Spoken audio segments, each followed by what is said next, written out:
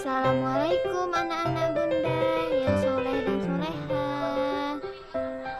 Apa kabarnya? Tentu baik bukan?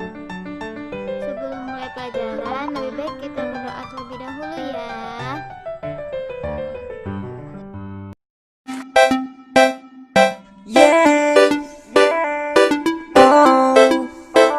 Santai.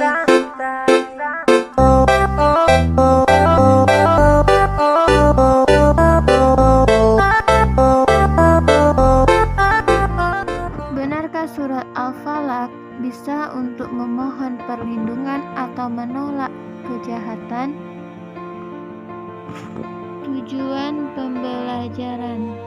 Bismillahirrahmanirrahim.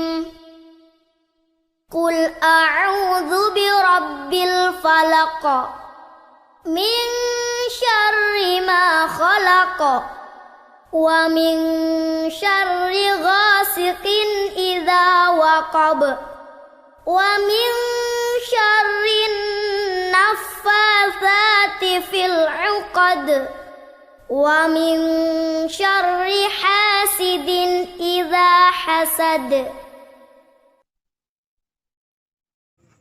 Isi pokok surat Al-Falaq adalah perintah terhadap umat Islam agar senantiasa berlindung kepada Allah Subhanahu wa Ta'ala dari segala macam bentuk kejahatan, baik yang dari para penjahat, binatang buas apabila kegelapan telah datang, ataupun dari tukang sihir serta orang-orang yang dengki. Dengki adalah dosa pertama yang menggelincirkan iblis ke lembah neraka, karena mereka iri kepada Nabi Adam alaihi salam.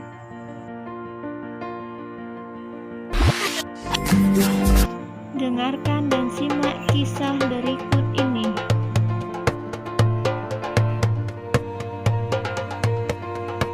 Pada suatu hari, Raja Abraha yang kejam dan ribuan pasukannya yang menunggangi gajah bergerak menuju Yaman untuk menyerang dan merebut daerah itu. Sesampainya di Yaman, Raja Abraha seketika sangat marah karena mendapati daerah itu tandus dan telah ditinggalkan oleh penduduknya. Para prajurit pun menunduk dan terdiam takut melihat wajah Raja Abraha yang marah. Raja Abraha kecewa karena keadaan daerah itu tidak sesuai dengan informasi yang telah ia dapat bahwa negeri Yaman sangat subur.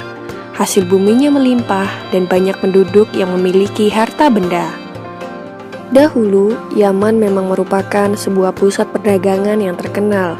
Namun sejak adanya kota Mekah, para pedagang pun mulai berpindah.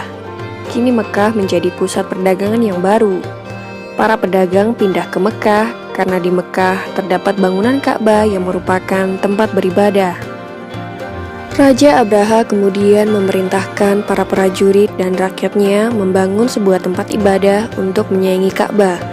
Ia menginginkan tempat ibadahnya lebih megah dan mewah, sehingga Yaman kembali menjadi pusat perdagangan dan Mekah menjadi sepi. Tidak lama kemudian, Yaman mulai dibangun. Semua gajah ikut dikerahkan untuk membantu bala tentara membuat rumah ibadah. Rumah ibadah yang terbuat dari emas dan perak itu pun selesai dibangun.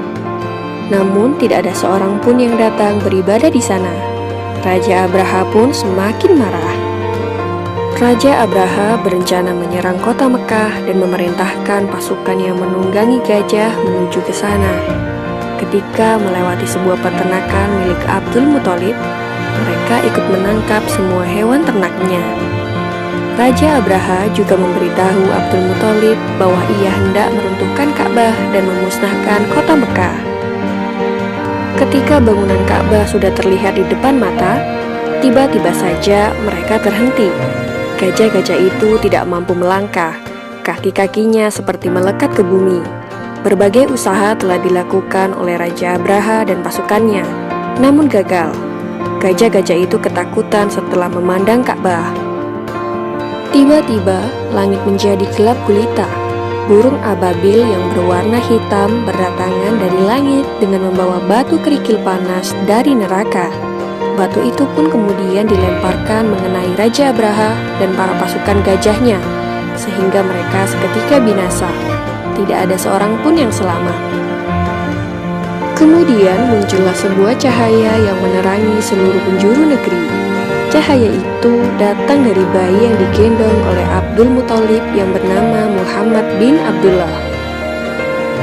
Demikian berakhirlah riwayat Raja Abraha dan seluruh pasukan gajahnya. Mereka semua hancur seperti daun-daun yang dimakan oleh ulat, sesuai dengan apa yang ada di dalam surat Al-Fil ayat 1-5. Maha suci Allah atas segala hendak dan kuasanya. Semoga kita selalu diberi perlindungan oleh Allah Subhanahu wa Ta'ala. Amin ya Robbal Alamin. Kisah ini diceritakan dalam surat